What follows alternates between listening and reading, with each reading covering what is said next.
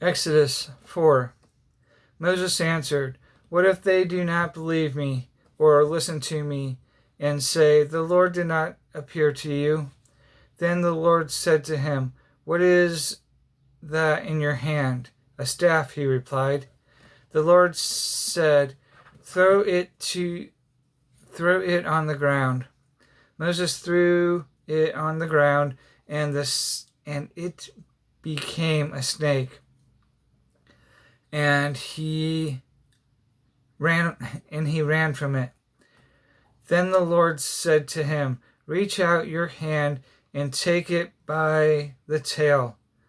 So Moses reached out and took hold of the snake, and it turned back into a staff in his hand.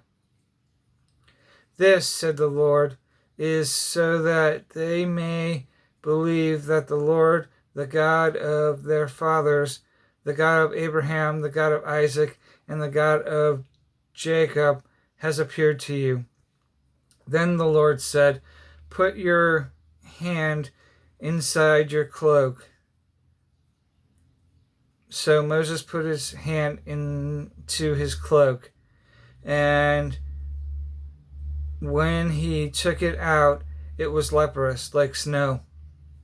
"Now put it back in your cloak," he said.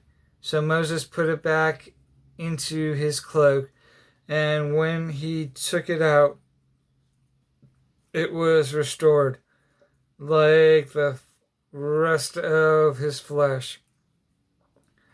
Then the Lord said, "If they do not believe you or pay attention to the first sign, then they may believe the second. But if they do not believe these two signs or listen to you, take some water from the Nile and pour it on dry ground. The water you take from the river will become blood on the ground." Moses said to the Lord, "O Lord, I have not been eloquent enough in the past or since you have spoken to your servant. I am slow of speech and tongue." The Lord said to him, "Who gave man his mouth? Who makes him deaf or mute?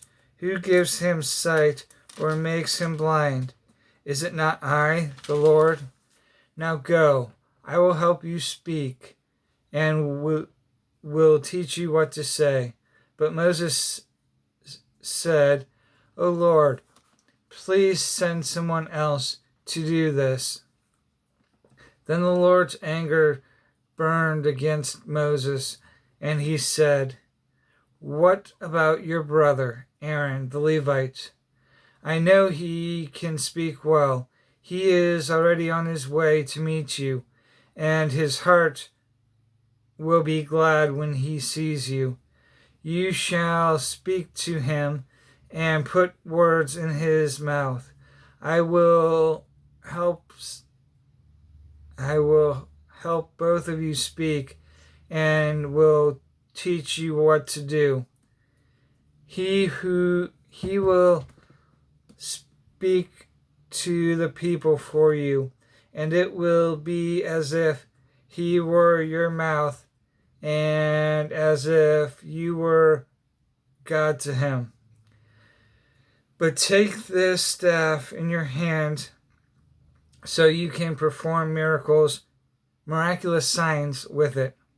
Then Moses went back to Jethro, his father-in-law, and said to him, "Let me go back to my own people in Egypt to see if any of them are still alive."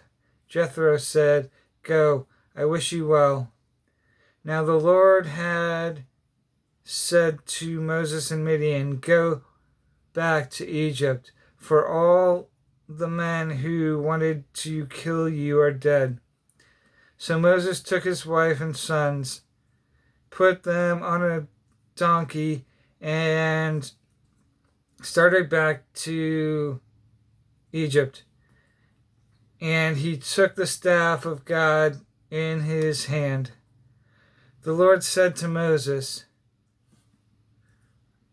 "When you return to Egypt, see that you perform before Pharaoh all the wonders I have given you the power to do. But I will harden his heart so that he will not let the people go. Then say to Pharaoh, 'This is what the Lord says. Israel is my firstborn son, and I told you, let my son go, so he may worship me.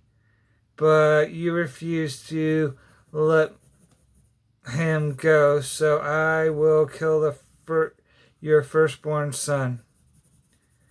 At a lodging place on the way, the Lord met Moses and was about to kill him. Then Zipporah took a flint knife, cut off her son's foreskin, and touched Moses' feet with it. 'Surely you are a bridegroom of blood to me,' she said.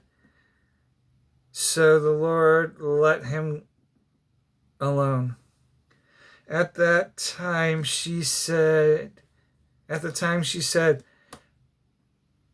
bridegroom of blood, referring to circumcision. The Lord said to Aaron, 'Go into the desert to meet Moses.' So he met Moses at the mountain of God and kissed him. Then Moses told Aaron everything the Lord had sent him to say, and all about all the miraculous signs he had commanded him to perform. Moses and Aaron brought together all the elders of Israel, or of the Israelites, and Aaron told them everything the Lord had said to Moses. He also performed the signs before the people, and they believed. And when they heard that the Lord was concerned about them, and had seen their misery, they bowed down and worshipped.